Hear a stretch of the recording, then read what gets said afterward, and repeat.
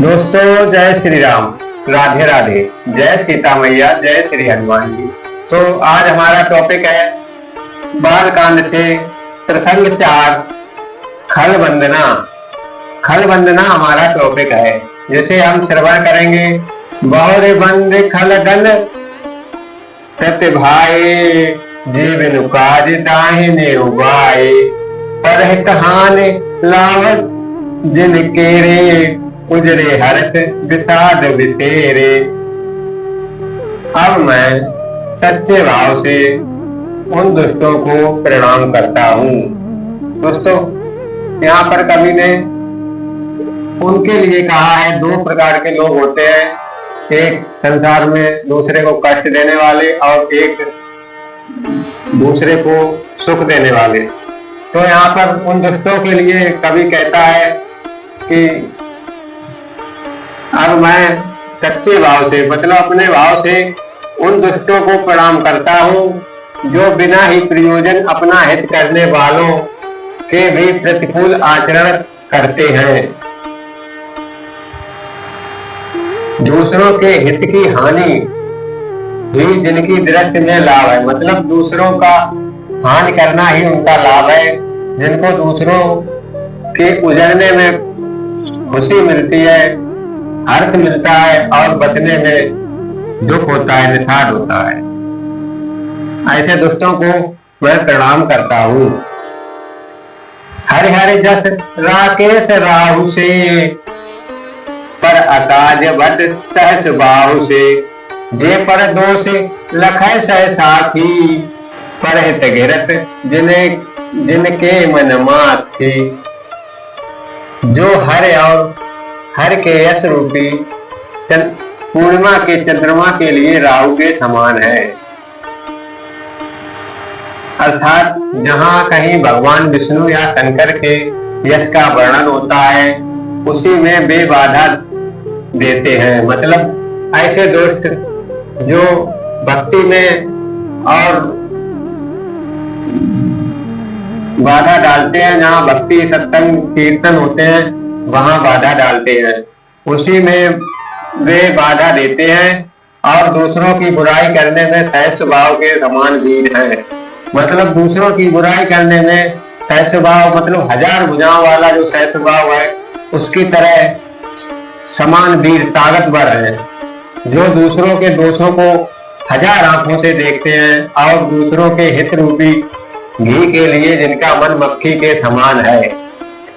मतलब जैसे घी में मक्खी गिरकर घी खराब कर देती है और स्वयं भी मर जाती है, ऐसे जो दुष्ट लोग होते हैं वो बने बनाए काम को बिगाड़ देते हैं और अपना भी नुकसान कर लेते हैं।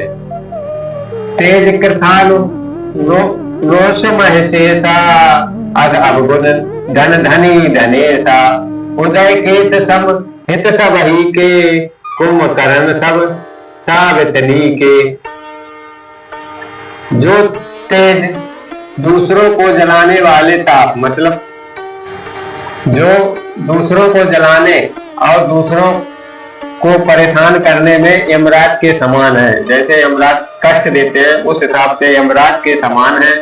पाप और अवगुण रूपी धन में कुबेर के समान धनी है, जिनकी बढ़ती सभी के हित का नाश करने के लिए केतु के समान है और जिनके कुंभकर्ण की तरह सोते रहने में ही भलाई है। पर अकाज लग तन पर हरई, जिम हिम उपल कृति दल गरही, बंदो खल जस शेष सरोसा, सहस बदन वरनई पर दोषा। जैसे जिस प्रकार से ओले खेती का नाश कर देते हैं और खुद गल जाते हैं, वैसे ही वे दूसरों का काम बिगाड़ने के लिए अपना शरीर तक छोड़ देते हैं। मैं दुष्टों को शेष जी के समान समझकर प्रणाम करता हूँ, जो पराये दोषों का हजार मुखों से बड़े रोष के साथ वर्णन करते हैं। उन प्रवनो पृथ्वीराज समाना, पर अगर सुने सहस दस काना, बहुर शक्र सम बिन बहुते, सतत संतत सुरानी कहित जेही।